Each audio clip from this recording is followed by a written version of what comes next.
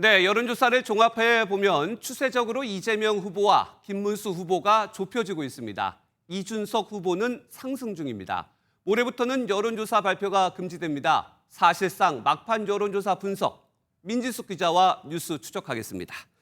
민 기자, 지금 추세를 보면은 유보층이 줄고 범보수가 결집하고 있고 단순 합산으로는 일강 구도도 흔들린다. 이렇게 정리하면 될까요? 그렇습니다. 김문수 후보는 영남 보수층을, 이준석 후보는 수도권 지지율을 끌어올리면서 막판 스퍼트를 내고 있죠.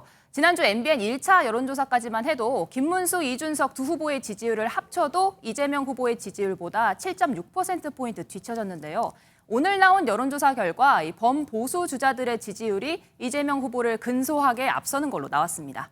네, 그런데 저 숫자가 단순한 합산이기 때문에 단일화 효과로 보기에는 아직은 무리가 있을 것 같고요.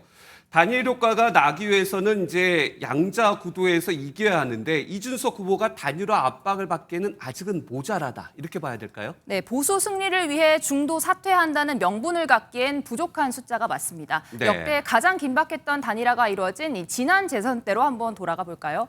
이 사전투표 하루 전 본투표 엿새를 앞두고 안철수 후보가 사퇴를 했습니다.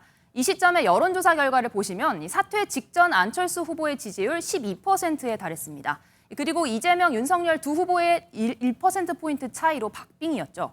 네, 그런데 안철수 후보와 단일한 한 뒤에는 합친 결과가 나오지 않고 줄어들었어요. 0.7%포인트 정도로.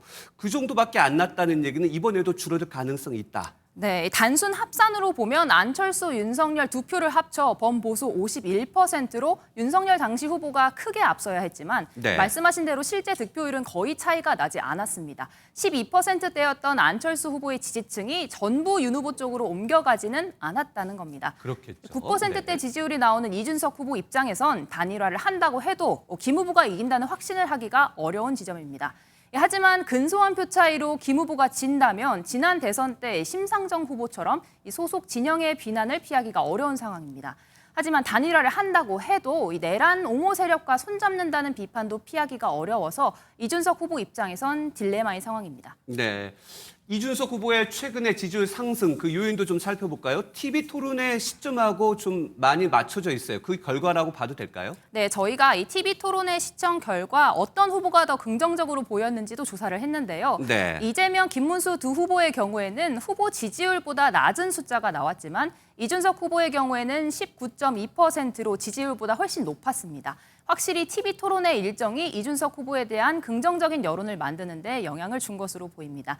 신스틸러였던 권영국 후보 역시 지지율보다 높은 선택을 받았습니다. 네, 마지막으로 이번 MBN 여론조사에서는 대통령 배우자 검증에 대한 질문도 있었는데 결과는 어떻게 나왔습니까? 네, 이번 대선에선 이 배우자 토론의 이야기가 나올 정도로 이례적으로 관심이 많았죠. 네. 하지만 검증 필요성에 대한 여론의 반응은 조금 엇갈렸습니다.